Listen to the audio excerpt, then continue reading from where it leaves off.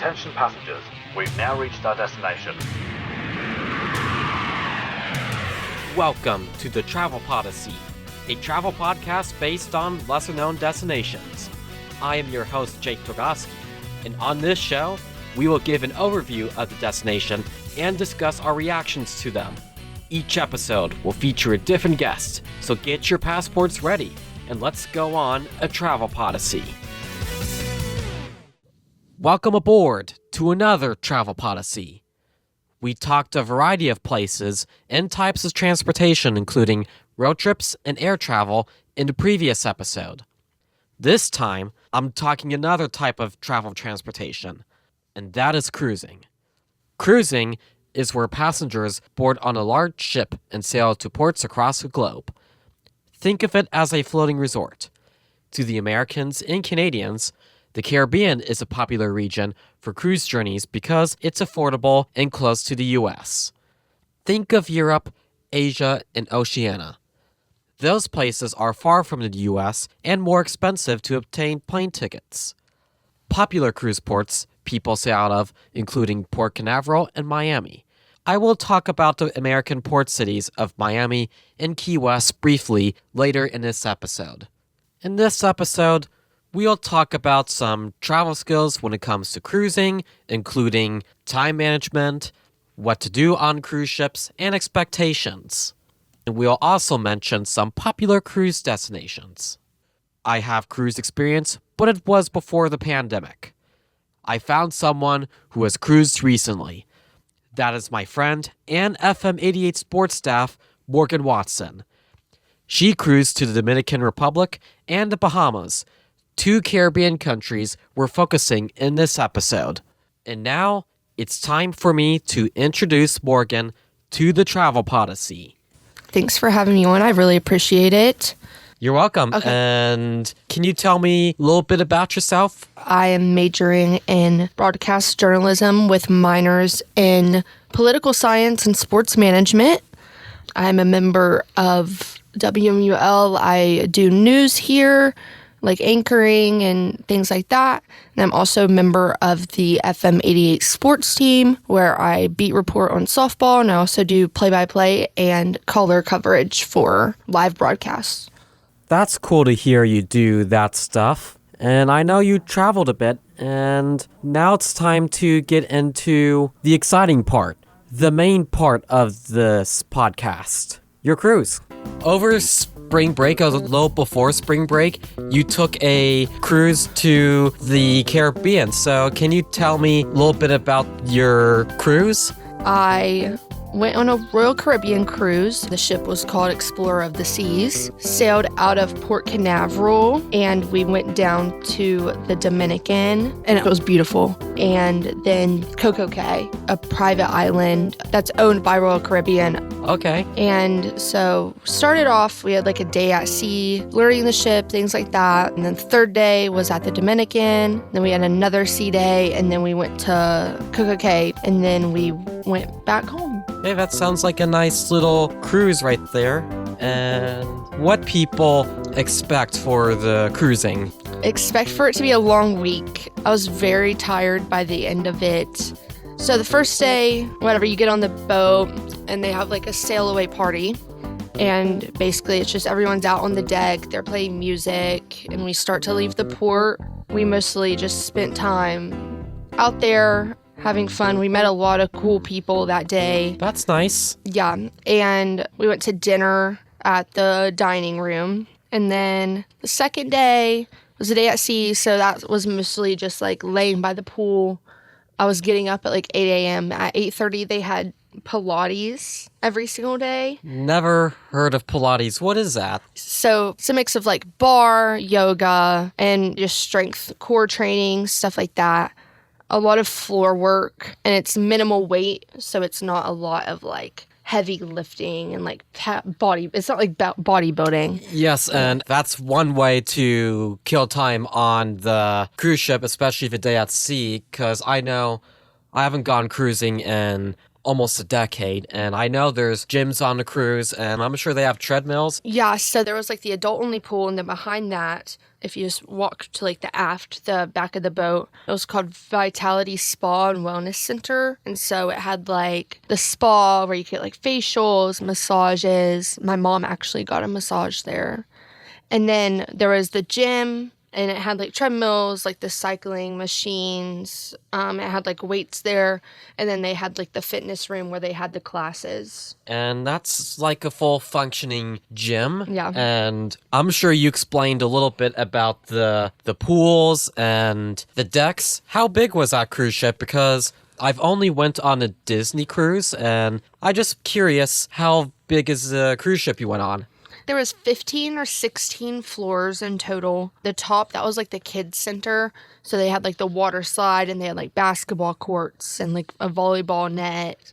Kind of like a little sports park. Yes, I think it was called like something sports. I can't remember. And then if you go down, that was where like the arcade was, which my sibling and her friend enjoyed that a lot. They were like always in the arcade. I enjoyed that when I went on the Disney cruise so long ago. Yeah. There was this game. It was like one of our days at sea, and we were walking around just exploring. And there was this game, like the one where you hit like the lights, like and you have to like beat it the time. I remember that. That gave some exercise right there. At least I gave him a little exercise. Yeah, it was a workout for sure. I was like out of breath by the end of it. And then so the arcade on there, and then there was a restaurant on the other side of that floor called Johnny Rockets. I'll get into that later when we talk about food. Below that, there wasn't that much on the next floor. And then if you went down to the next floor, that's where the pools were. So they had like big like kid pool. There was like 2 hot tubs, and there was like some bars there, whatever. And then if you walked over through the doors, that was where the adult-only pool was. And that's where I like to be, because I don't like dealing with kids. Me too. Yeah, I don't want to deal with them. And so me and my mom spent most of our time there. Mm-hmm. And especially, it's like I feel like that too. And so we spent a lot of time there. There was like a big pool, and they had these like edges around the pool that you could like lay out on. They're like concrete. And then they had 2 like whirlpool, like jacuzzi hot tubs. That's nice. Yeah, those were nice. And then if you went past that, that's where the spa and wellness center, like the gym and stuff was. And then you had to go down like 3 floors for there to be other stuff, because, you know, most floors are just for like rooms and things like that. So on the 5th floor, that was where like the Royal Promenade was. I don't know much about the Royal Promenade. And is it like a lobby staying place? Yes. So that's like where like all the main stuff is. So it had like the shops, some food places, a couple bars. I mean, it was actually cool because there was a staircase in the middle of it. If you went down to the 4th floor, that's where the casino was. So it would lead you right into the casino. We spent a lot of time in there just because my parents, my mom is obsessed with slot machines. So. I'll like it too over there. Yeah, no, we spent a lot of time there. If you needed like guest services and stuff, that's where it was. Okay. So that's like your like one-stop shop for anything like you need. There was like a health place there, like if you need medicine, things like that. Yeah, it's nice to have right there, because especially this is the podcast right there about the travel advice or even travel experiences. So I'm glad you mentioned that. Yeah. And so, which cruise ships, if you have like a medical emergency, they have like a spot on the first deck of the ship. But I've heard it's like really expensive. I've never had to experience it, but I heard you have to pay like a lot of money for it. I'm glad you didn't have to experience that. And I'm sure a little earlier, you talked about there's rooms right there, and what types of rooms you stayed at? They have interior rooms, which my parents' friends, some of them stayed in those, and it's basically just like they'll have 2 beds in them, and there are no windows at all. I went on a cruise once, and it had no windows, and I was like, Mom, I'm never doing this again, because I felt so claustrophobic. But our room, it had 2 queen beds, and then it had like the balcony that you could go out and stand, and that was really nice. At least you can have your own private space. Yes. And not worry about the crowds while looking out at the ocean. So you have your room and stuff, and what's nice about like cruise ships, they'll come, you'll tell them like, when will you all not be in there, and they'll come and like clean your room for you, like straighten it up, take the trash out, and they'll make like the little like animals out of towels. Like there was one day we walked in and he had hung like a towel monkey like in the air, and we were trying to figure out what it was. We were like, I think it's a monkey. It was like a little ape. That brings a sneak peek of one of the destinations we're talking about later in this episode, monkeys. Yeah. And back when I went on cruising a long time ago, I've only went cruising 4 times in my life. Last time I went was 9 years ago at the time of recording, which were all Disney cruises. And I remember having the housekeepers making a Mickey-shaped towel. Yeah, they always come up with these little characters. There was one day they made like a peacock out of like 2, and it was really, really cool. So I could never do that, so they get a lot of bonus points for that. That's one thing about cruise staff housekeeping. They're very talented, and because hotel housekeepers, they do all the cleaning stuff, but they don't have that talent, because in cruise ships, you're there for the whole stay. That's your floating resort, so you get to know those staff, get to know your servers and the housekeepers. Our housekeeper, his name was Angel, and he was really nice. All of them, I will say, on a cruise are so nice. That's like, good to hear. Yeah, like we never met like a rude person. Like they were all very friendly, like sufficing to your needs. Like they were like, if you need anything, let us know, and they would get it for you. Okay. Yeah. And that brings us to with the restaurants. And I know you wanted to talk a little bit about one of the restaurants on the cruise ship. Yes, Johnny Rockets. That was one of the places on there besides like the buffet and like the dining room and stuff. We ate there one night and it was very good. It was like burgers and milkshakes and things like that. Kind of like an American diner. Yes, that was exactly how it was set up. It kind of was set up like a steak and shake. Okay. It was like $18 a person, but you got a burger sandwich and then you got just 2 sides, so fries and onion rings, and then you got like a drink, and it could be like a milkshake or like just a regular like soda. And it was really good, and it was not that expensive. Most of the places we ate at the buffet, and they had like themed days. So like one night they had like Jamaican food. Another night they had Indian food, which I love Indian food. I like love butter chicken, and I ate so much butter chicken. And then they had the main dining room. It was basically like fancier, like you'd sit down and they'd pour your water in like a wine glass. I've been to restaurants like that, mainly on land. I don't remember seeing it on a cruise ship, but I remember the cruise I went to had a buffet, and they had several sit-down restaurants. There was a sushi place that we ate at one night, and it was really good too. I can't remember the name of it, but I just got like a spicy tuna roll, and it was really good. But my favorite thing that I had to eat the whole entire time was in the dining room, and it was snails. We were looking at the menu, and Mom was like, ooh, snails. I was like, I think I'm going to get them. For French people tend to eat snails, and it's called escargot. Yes, that's what it was called. And so I got it, and I was like obsessed with it. I got it like the next 2 days because it was so good. Yeah, at least you've tried that. And I remember you talked about shows on the cruise ship, and remember you said there were trivia, night shows, and I'm just wondering what experiences you've had there. Most of the trivia things were at this one place called Schooner's Bar. They had a bunch of tables around, and they had like a DJ set up like in the back. And they had like all kinds of different trivia. They had like Disney trivia. They had like 90s music trivia. Guess that song. They had like car trivia. And my mom went to the Disney trivia and she loved it. But she loves Disney and everything like that. And I went to the car trivia with my dad because he's big into like cars and things like that. And so I went with him, and it was really fun. And people were like, started arguing over whether their answers were right or not. Like it got like very like deep. Yes, that's trivia for you. And it's giving me flashbacks of another podcast, List Life. very going at it back and forth. Like, I've never seen people act that way over trivia, if I'm being honest. And then we went to a comedy show one night. This guy, I forget his name, but he was on America's Got Talent, I guess they said. That's what they said when they introduced him. And he was like a puppeteer. And he had like these two birds, and then he had this like old grandpa looking puppet. And he was hilarious. And he was like a ventriloquist, like, so he was like speaking for them, and it was really funny.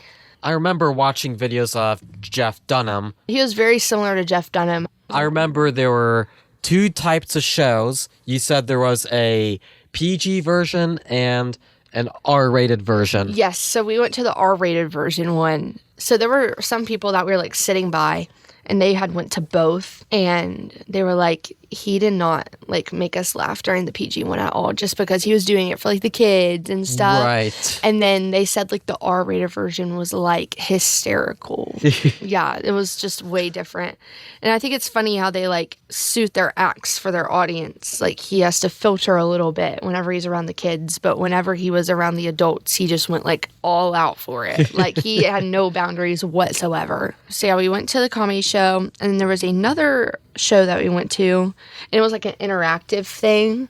So there was like 6 teams, and it was split up by sections, and they actually did it on, there was like an ice skating rink in there, and they just put like tile over the ice skating rink, and it was around that. And it was like an adult scavenger hunt, and there was like, I can't really speak too much about it because it was crazy. It was like very rated R. It was like a scavenger hunt, and like you would have to find like someone with something fake on their body. And like people, there was one guy, he pulled out his fake tooth and showed to the judges. It's pretty weird. He was trying to like give it to him and put it in their hand, and they were like, no, like, I do not want that touching. Oh, I would not like that. No, I was grossed out whenever he did it too. And then at the end, so each team had to basically find a guy in your group, and you had to make him look as much like a girl like as you could. So like they were putting like lipstick on them, and like giving them like heels and like skirts and making them change outfits. And then at the end, they had them do like a catwalk to like see who would win.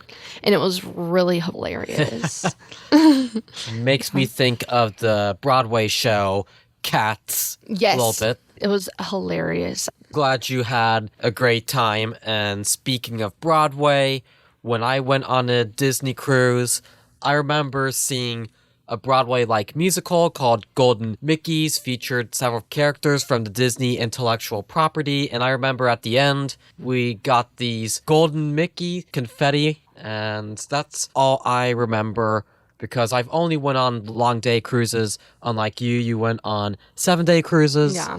It's tiring, though. I don't think I could do like a 7 or 8 day anymore. I think I'm good with like a 5. For me, I'm done with cruising, and if anyone wants to go on a cruise with me, I can, but cruising's not my thing. Used to be when I was little, but since the pandemic, it's not my thing anymore.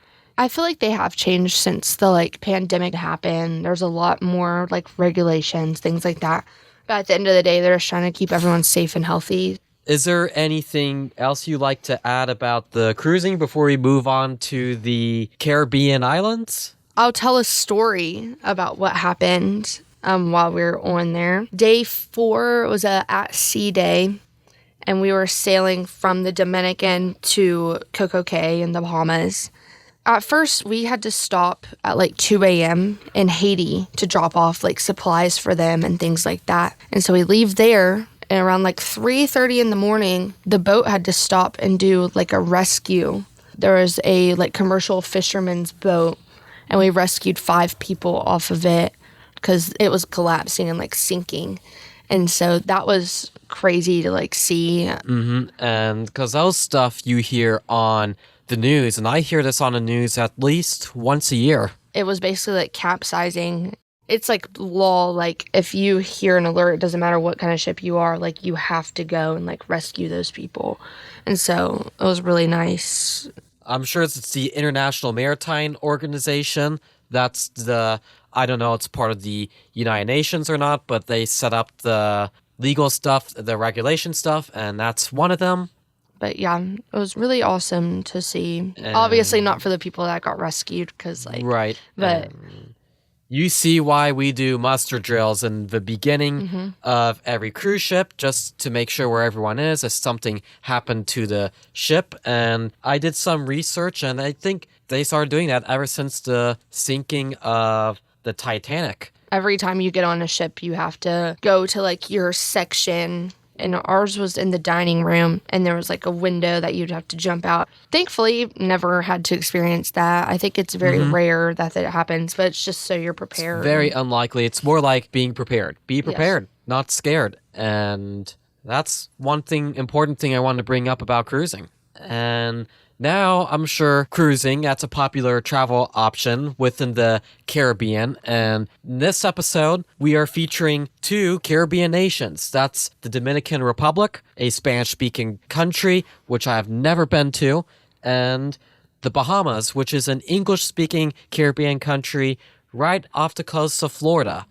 But first off, why don't we talk about the Dominican Republic?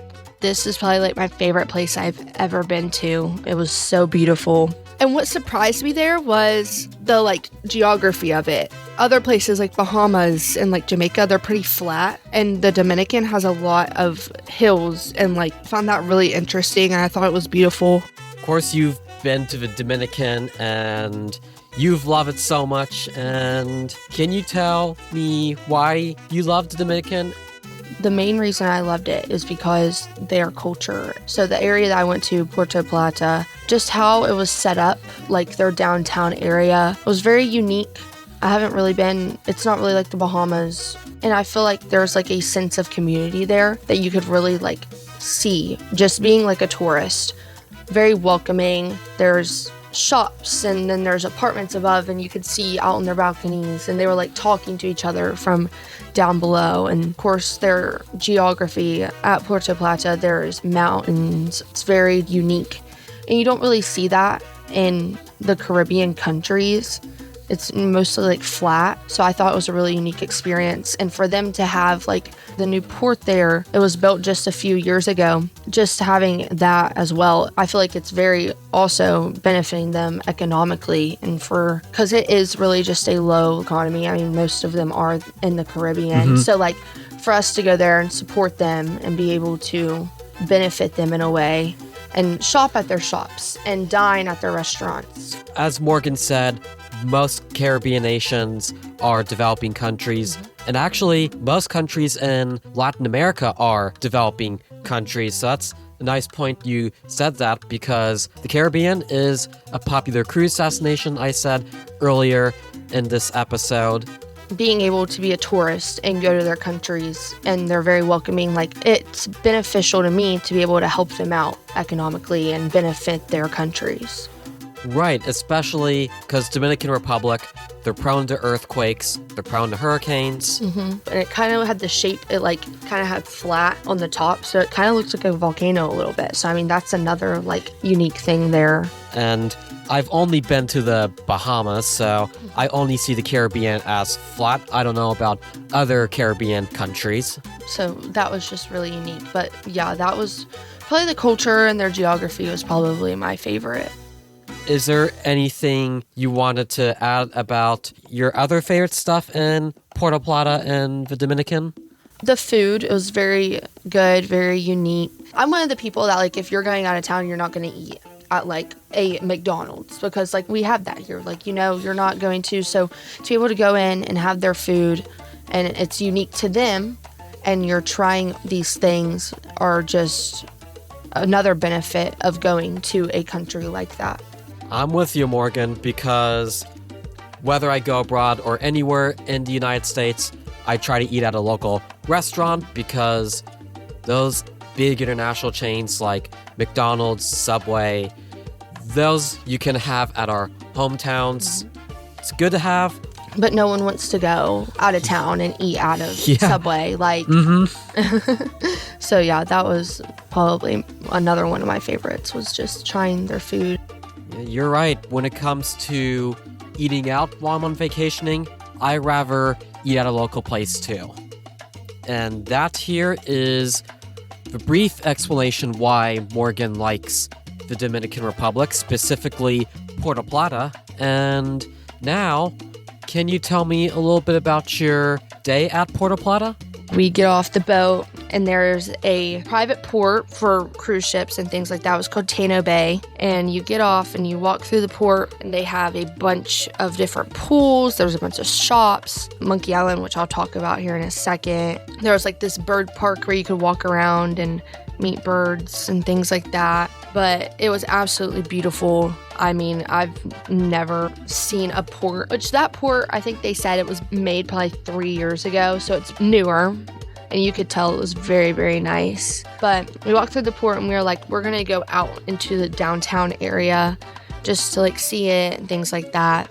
What's your favorite part of the downtown area? We were in Puerto Plata. I've heard of that place. Yes. I've heard very popular destination during spring break. It was beautiful, but we went downtown, and I will say they drive like crazy there. They were like running red lights. A lot of them drive motorcycles, and they were like cutting in and out of traffic. And I was like, oh my goodness, we're going to get ran over by a motorcycle. So you're basically playing Frogger in real life. Exactly. And one thing I thought was cool about their driving and their traffic laws, things like that, is their traffic lights, they have a countdown of like when it's going to turn red and when it's going to turn green. And I thought that was really cool. So you know how much time that you have before the light turns. But yeah, anyway, so we walked downtown. It was probably like a 15-20 minute walk. And one of the places that we went to was called Umbrella Street. And it was just an alley in the middle of downtown. And there was probably hundreds of umbrellas hanging upside down as you walk through like That's the street. Very cool. No, it was very neat, and I've never like seen anything like that in a tourist attraction way. It was very unique. It is. That's art you're seeing. It was beautiful. It was very cool to witness, and there was people walking around with like parrots and like toucans and stuff that you could get a picture with. Haven't heard of that. And did you do that while you were there? Yes, I got a picture with a parrot. It actually could talk, and it started singing a song that like is native to like their area, and it was really cool. It's like I had listened to that song and it memorized it. It was really awesome. So we walked through Umbrella Street, and we circled around, and my mom was like freaking out. She was like, there's this place called Pink Street. Someone just told me about it. And I'm like, okay, like where is it? She's like, I don't know, but we just need to walk around and find it. So we spent 20 minutes walking around Puerto Plata trying to find this Pink Street. We finally found it, and it was just the street, and everything was pink. There was pink art. The walls were pink. So it's like Rainbow Alley in Charleston, South Carolina. Yes. And so there was pink flowers and pink statues, and it was just really beautiful. What I like most about it is like how much time they are taking to like do this. And, you know, it is a tourist attraction, but like that is theirs, and they made it, and it was cool. At least they're proud of that. Yeah. And I remember earlier in the episode, you were talking about monkeys, and you said there was housekeepers of making monkeys, and you said in Puerto Plata you were having an interesting experience with monkeys. Yes. So actually on Umbrella Street and Pink Street, there were people with little monkeys, and people were taking pictures with them and stuff. There was one that had a dress on, like really cute. But in the port, Tano Bay, there was this excursion you could do, and it was called Monkey Island, and just walk around, and there's monkeys everywhere, and like you can't go up to them, because if you go up to them, they'll like bite you, but they'll like start like jumping on you, and it was kind of scary. I was like, oh my goodness, I don't want one of them to bite me. I would be scared too, but at least they had those protections right there. Yeah. So, because if they didn't, they would probably be liable for lawsuits. Yeah. And that'll not be fun. But yeah, it was a cool experience. I've never had anything like that before. And then there was this bird island, which we didn't go into it. I think it was closed by the time, but they were like taking the birds like back to like the sanctuary, and they were like screaming, like they were so mad that they were getting like taken away, and they were like yelling and throwing a fit, like kind of like in movies or TV shows. Yes, like they did not want to leave. Like they were like, we aren't done working. Like they wanted to be with the people, and they didn't get to do that anymore. I'm sure we had all those experiences as a kid too. Mm-hmm. But that was in the port. After after we did all that, we kind of just laid by the pool. We stayed at the one pool. It had like a swim up bar that my parents went to, and there was like a restaurant behind it, and we ate at one of the restaurants. They had like Mexican food, and I got fajitas. And one unique thing I found out is they don't put cheese on their tacos or their fajitas. Cheese sounds more like you see in the US and Western Europe. They literally just put salsa and the meat in their tacos, and that's it. Like vegetables, things like that. But they don't use cheese, and I thought that was really unique. I asked the girl, I was like, can I have like shredded cheese? And she was like, what? I was like, shredded cheese? She was like, we don't have that. And so I thought that was really, I was like, oh, okay. Culture shock to the Americans and the literally. Europeans. Oh, yeah, for sure. Like, I don't think I've ever had a taco or fajita that doesn't have cheese on it. But yeah, that was really cool. But the food was very good, I will say. But it was expensive. It was like $30 for a thing of food. That's one thing about restaurants in touristy areas. Mm-hmm. They tend to be expensive just for them to get the money. And I'm sure the advice for that is like, do the research of the restaurants, because you never know that a restaurant could be a tourist trap or could be expensive just because it's a tourist trap. I think it was expensive because it was tourist trap, because it was right in the port, and they're like, well, these people are going to eat, so they're jacking up the price because they know you're going to pay. Right, so that's one thing most people fall for, and at least we can learn those mistakes so we wouldn't make them on the next time you go there, next time I go to a destination. Oh, the geography. I can talk about the geography for a second. Very hilly, very mountainy. It was beautiful. Whenever we ported, we saw Jurassic hills, and they were absolutely beautiful.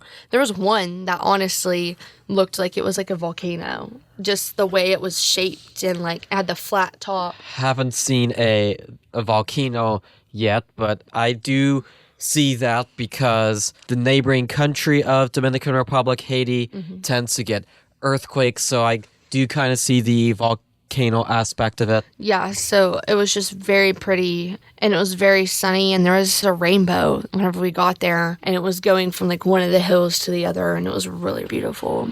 So I'm sure that'll give a lot of photo opportunities to the people on cruise ships. Oh yeah, for sure. I think my phone was out most of the time because I was just taking pictures of everything. Yeah. And that makes some memories. And I'm sure you enjoyed the Dominican Republic. And will you come back someday? And why or why not? I will for sure go back there. Their culture is beautiful. The port was beautiful. Everything about that place was so pretty. I would like to go to like different part of the Dominican, maybe like Santo Domingo or something like that. But overall, yes, I would go back. Probably one of the coolest places I've been to. That's nice to hear because I haven't been to much of the Caribbean. And the way you like Dominican Republic is the way how I like France, Switzerland. I've never been to Europe. That's on my bucket list. I want to go really bad. One of the other countries you've been to, it's north of the Dominican Republic. It's an archipelago called the Bahamas. And the Bahamas is known for the private islands invested by American companies. I've been to Nassau and I've been to Freeport on other cruises, but this past one, it was called Perfect Day at Coco Cay, and it's just a private island that's owned by Royal Caribbean. It has a lot of things to do. Perfect Day at Coco Cay. So we ported at like 8 a.m. It was like the last day of our trip, and we were there like all day. We got off the boat at 9 o'clock and didn't get back on until like 5. Lots to do, lots of pools. There's like an adult-only area called Hideaway Beach, and we went to that for a little bit. It was really nice, very peaceful and quiet, and they had like a spa over there, kind of like how the cruise ship is. And there was like beaches. There was one beach that we went to, forget the name of it. I think it was like Cocoa Beach or something like that, kind of like the one in Florida, but it was like their own name on it. And then we went to one of the pools and we hung out there for pretty much the whole day. But they had a bunch of different cool things for people to do. We didn't really do much except like lay out and get in the pool just because we were like so tired because that was like the end of our trip. That's most of the private islands. Yeah. And so they had like a water park for the kids. They had a hot air balloon that like was netted, so just go up and down and you could go in there. They had food places. The place that we ate at, it was like a taco bar, and you could like make your own fajitas and like your own bowl, and it was really, really good. A fun day, stay there all day and just hang out and things like that. And that's some nice explanation of Royal Caribbean's private island. And I want to share you Disney's private island, Castaway Cay. It's in the Bahamas, and I've usually went on 3 to 4 day cruises, and Castaway Cay is Disney's private island. It's the same as Royal Caribbean's, nothing special. And I remember you took a golf cart or a tram from the port to the main parts of the island. Yes. And they had a family-friendly section for all ages and family, and the adults-only section called Serenity Bay. The activities there are kind of like Royal Caribbean. They have beaches, they have snorkeling. Also, in my favorite part, the private cabanas. Coco Cay had that too. There was snorkeling. You could like rent out snorkeling gear. And one of the beaches that we went to, there were like kids like snorkeling, and we were in like the water, and this fish came up and swam by my dad like through his legs, and he felt it, and he literally freaked out. He was literally so scared. I'll freak out too. Yeah, he was like, nope, I'm not getting back in. He was like, I'll wait till we go to the pool, because he was literally scared to death. And it was just a little fish. Like, it wasn't going to harm him, but he just got freaked out. Yeah, I'm more of a pool guy than a beach guy, and I went snorkeling at Castaway Cay. Not a big fan of snorkeling because I don't like the shoes you wear, because you couldn't walk through them well. Oh, yeah, the little flappers. Yes. Yeah, and they're hard to walk through in the sand. And I don't like walking in sand because you get sand all of your bare feet, and it gets to the point that it gets annoying. See, I love the sand. I love walking in it. And it's like for the experience. Like, we don't have sand here. So like whenever there's sand and there's a beach, like I want to be on it. I love it so much. That's from my bias because I'm from Florida, so I'm not far from the beach, and I'm not a beach person. I don't know if you're a beach person, Morgan. I'm so a beach person. I love it so much. If I was from Florida and I lived there, I would be at the beach every single day. The Bahamas and other places in the Caribbean, they're known for their beaches, and cruising in general is great opportunity for beachgoers. I want to bring back into the private islands thing, and why don't we do a little compare and contrast with them as we talked about earlier, like the overall recap. Welcome to Destination Showdown. This is where your host Jake and his fellow guests compare and contrast destinations from all over the world. You start. So first off, Disney's Castaway Cay. It's Disney's private island, and one thing I know is different compared to what you explained is the transportation. They have the trams. There were some golf carts at Coco Cay, but most of it, like, we just walked because it wasn't that far. It was like 15 minutes to get to like the beach that we went to, so it wasn't that far. It was mostly like you're just walking through sand, but there was no like tram on the island. It was mostly just golf carts. That's one difference I've noticed, and it's a typical one. They have family beaches, adults-only beaches, and they also have cabanas. That's another similarity. Yeah. The cabanas, they're these nice little huts or wooden structures. That's the best I can describe them. And at Castaway, their cabanas are partially indoors because when you walk in a rented cabana, it's a very small partial indoor space. You have 2 couches there. You have a very small refrigerator, a very small safe, like you see in a hotel room, and there's no beds there because it's a day trip. When you visit Castaway Cay or other private islands, you're only expected to stay there for not overnight, just there for parts of the day. So that's understandable that the cabanas at Castaway don't have beds. And one thing that's unusual is that there's a curtain on the corner of the cabanas because that's I didn't know what that was when I was there because I was much younger back then, and I watched a video the other day, and it's used to change clothes. If you get a cabana, that's kind of, you're renting it and having it, it's for like privacy. Like you want to be like secluded, and because those places, like when I was at Coco Cay, like tons of people, right? I mean, there were 2 ships docked when I was there. So like if you're really wanting to be secluded, enjoy like a private time or like spend time with your family, that's honestly one of the best bets. I agree, because at Castaway, there's only one ship docked, which was the Disney Dream. There were tons of people on that ship, so they were enjoying their time at Castaway Cay. One thing I like about the cabanas, too, is, as Morgan said, you get your own privacy, and you get parts of the beach to yourself, and that's very enjoyable. And one thing I liked was laying on the hammocks. At Coco Cay, they had like the ones that were out in the water. So like you would walk along like this dock, and then there would be like 5 like out in the water. And I thought that was really cool. Like they weren't on land. They're like built on the water. That's very cool. Were they like bungalows? I guess you could say, yeah, kind of, a little bit. I've stayed on an overwater bungalow at Disney World in Florida, and they're built over water on a lake, and those are the only overwater bungalows in the United States. So that's one thing I like to bring up. And I know this is not the Caribbean, but I do want to someday to go to the bungalows out in French Polynesia, like Bora Bora, because I've heard those are very high-end and nice. Also, like off the coast of India, the Maldives, they have those too.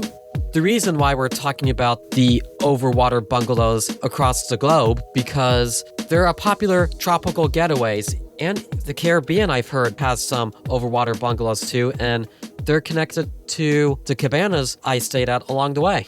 Just going to other places in the Caribbean and seeing how they're set up would be really cool too, and just to see the similarities and the differences and things like that. Did Castaway Cay have like a water park? I remember there was a water slide middle of the ocean, and I remember when I was little, I wanted to go over there, so I remember I swam over there, and I struggled to get up there because I was little back then. Yeah.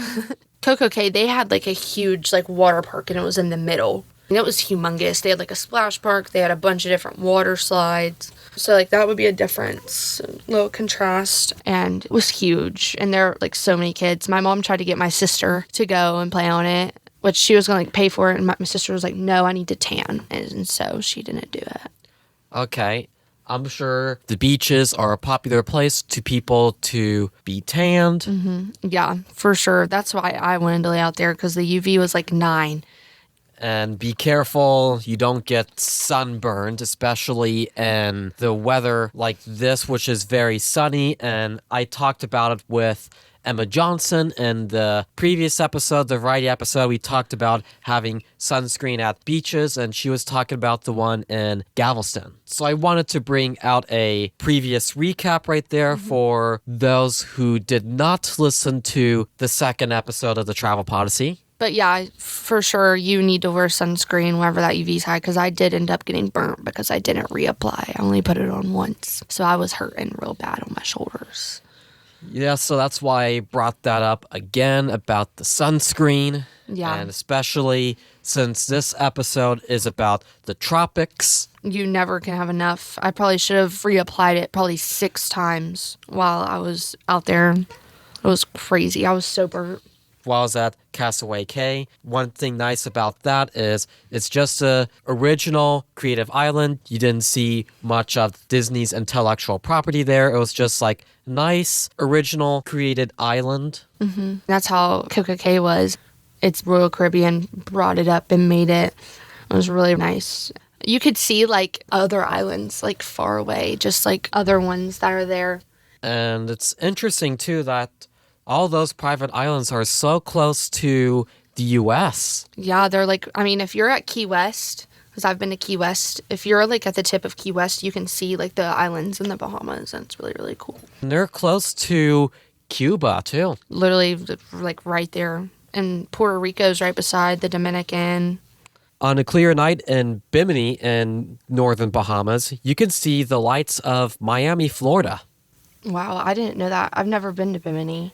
Neither do I, but I did some research, and that's very neat how close Miami is to the Bahamas, especially since the U.S. is such a huge country. That's what makes cruises popular, because there's so many different countries and islands down below America that, it's just easy to go from one to the other.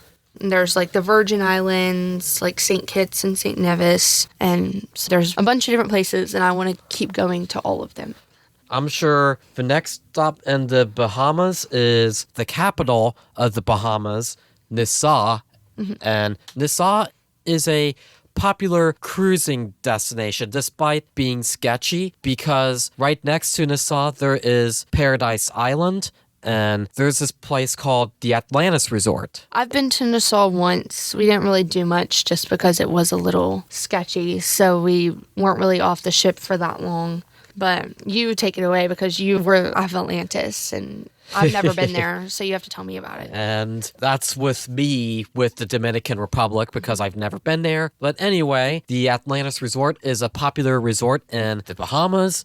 They have a casino, they have water slides, and I did not go to the water park, but I've heard the water slides are actually very scary and interesting, because one of the water slides, you go through a tunnel through the aquarium, and in that aquarium tank, you see sharks and other scary fish, and that's why I've heard people said it was scary.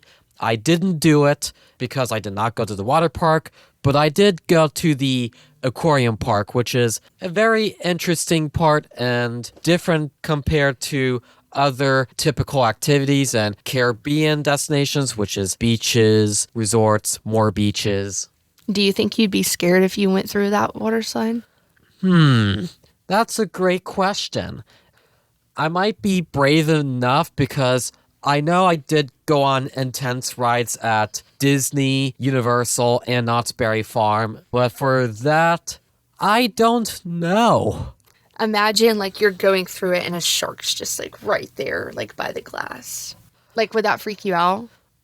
A little bit, but if it's without the tube, different story. I think if I like was going through it and I turned my head and I saw a shark, I'd probably scream. I mean, it's not like I'm you're, like, sure swimming with them. multiple people screamed if they did that. They'll probably do the same thing as you do, Morgan. Yeah, but I think that would be fun and cool.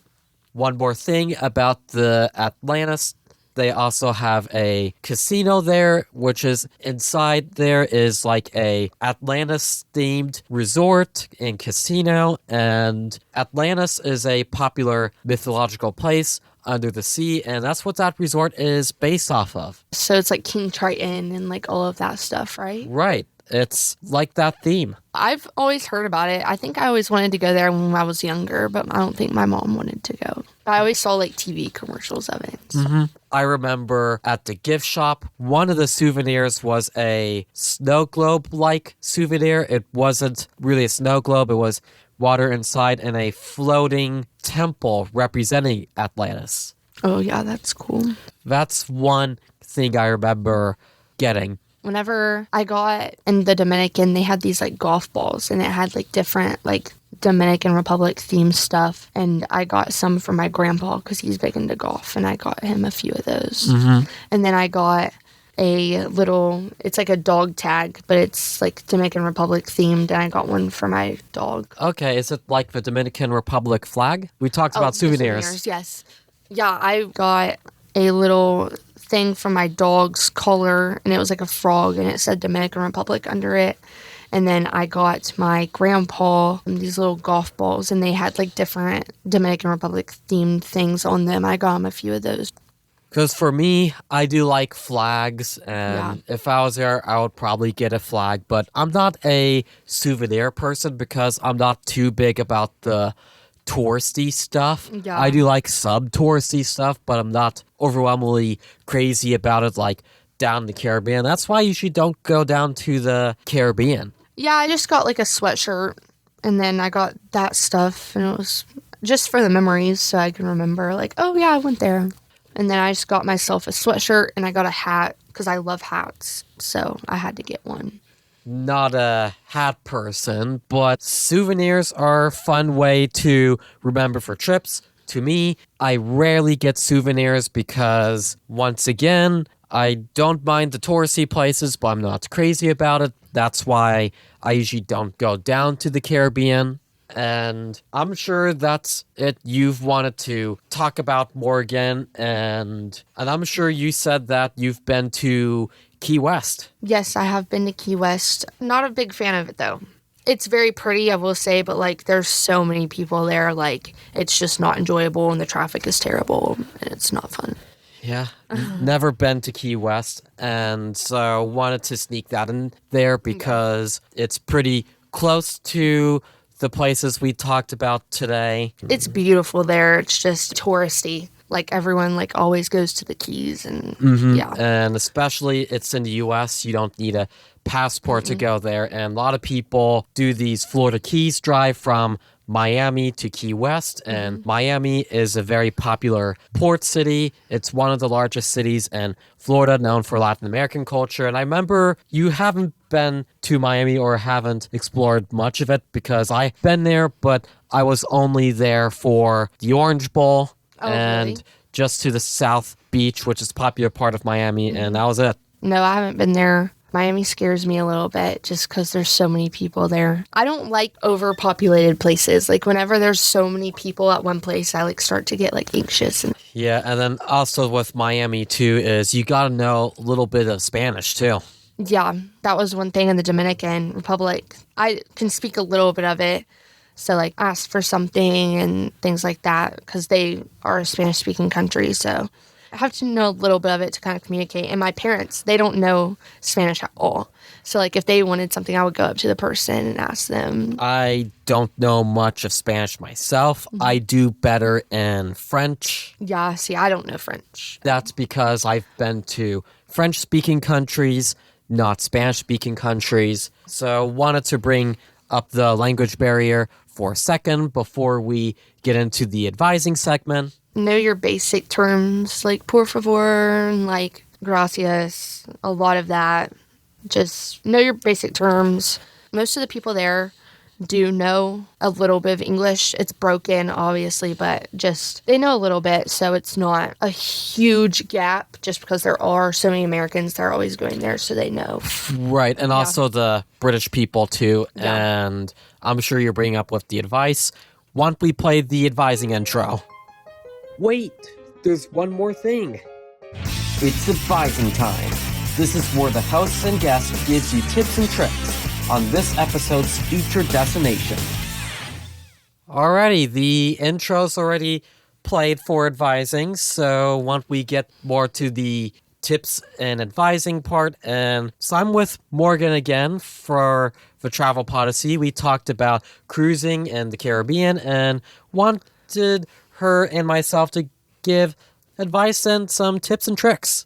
Like before, we talked about the language barrier, just knowing a little bit of that. Wear sunscreen, stay hydrated. I will say you're doing a lot of walking whenever you're getting off these ports. Especially in the summer because it's super hot.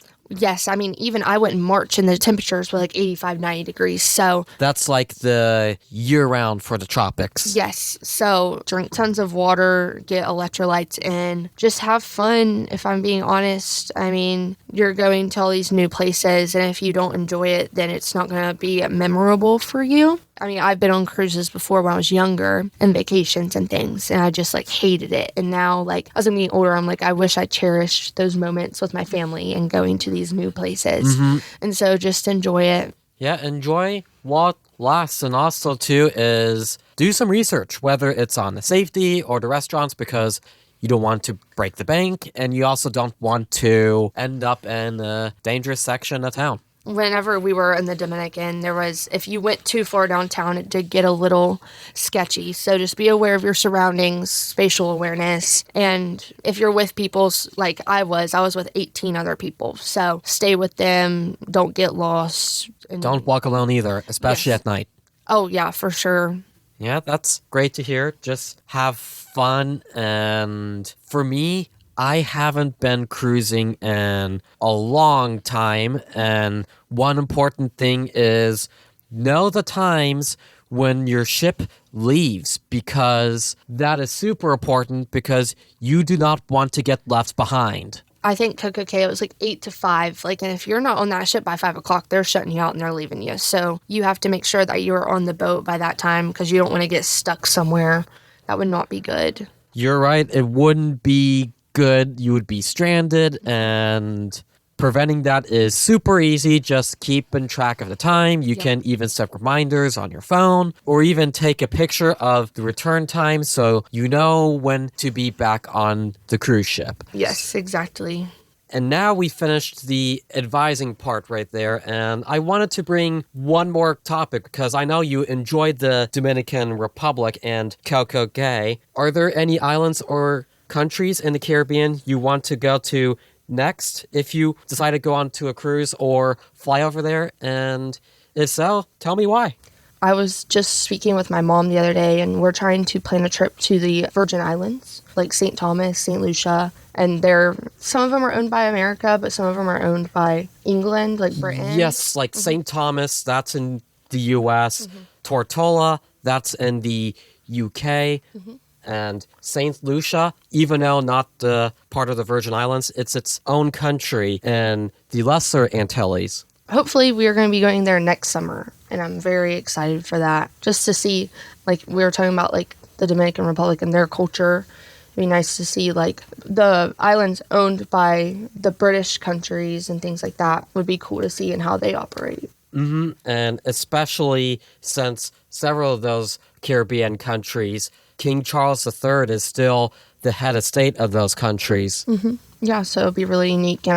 Hopefully we're going there after I graduate next year, so that'll be fun. Yeah, and St. Lucia, I've never been to St. Lucia or the Virgin Islands, and I've heard in St. Lucia there is like a mud pool where you go in, and it's not like dirty mud, it's kind of like a spa thing. Spa mud, yes. something like that. Okay, yeah, you scared me because I was like, I don't want to get in that if it's dirty. But if it was like a spa-oriented thing, then yeah, that would be pretty fun. So that's one thing that interested me about St. Lucia on my researches over there, because once again, I've never been to the Caribbean beyond the Bahamas, and if I went to St. Lucia, going into these mud pools will be very interesting, once in a lifetime thing, like a spa thing, because no other country in the world has that. That'll be really exciting. I'm excited for it. I'm glad you're excited for it too, and I'm sure you love the Caribbean as I love Europe. Yes, I'm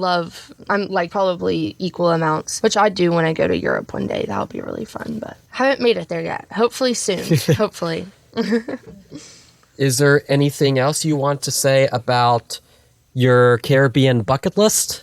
I would like to go to Haiti. I would really enjoy, I think, being able to support them and go there. I've had friends that have been there and they really enjoyed it, so I would like to go there as well. Alrighty, so now we're getting into the show of where can you be found with Morgan, on whether it's on WMUL. You can find me on News Center 88 on SoundCloud. You can find me doing broadcasts for sports. And also, you said you were on the sports stuff. You did sportscasts. You did Herd Roundup. I've only did Buzzer Beater once. And just to recap, we talked about the cruising, overall of the cruising in the Royal Caribbean. I gave some insights of Disney cruises myself briefly. And we also talked about the two Caribbean nations, the Dominican Republic and the Bahamas. And you've also talked briefly about the American Caribbean, like with a brief mention of Puerto Rico and the Virgin Islands, also the Key West and Miami. And is there anything else you'd like to say, Morgan, before we wrap this up? Just thanks for having me. Yes, thank you for being on this show, Morgan.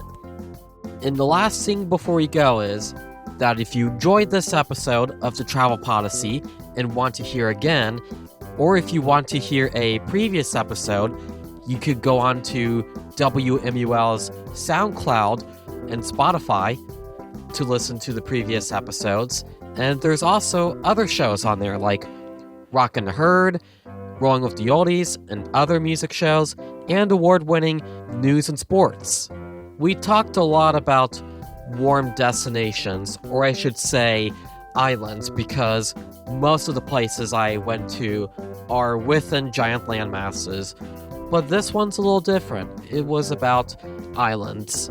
And in the next episode, it's going to be a different type of travel. It's not going to be much on leisure or family visits. What's it going to be? You're going to find out in the next episode of the Travel Podyssey.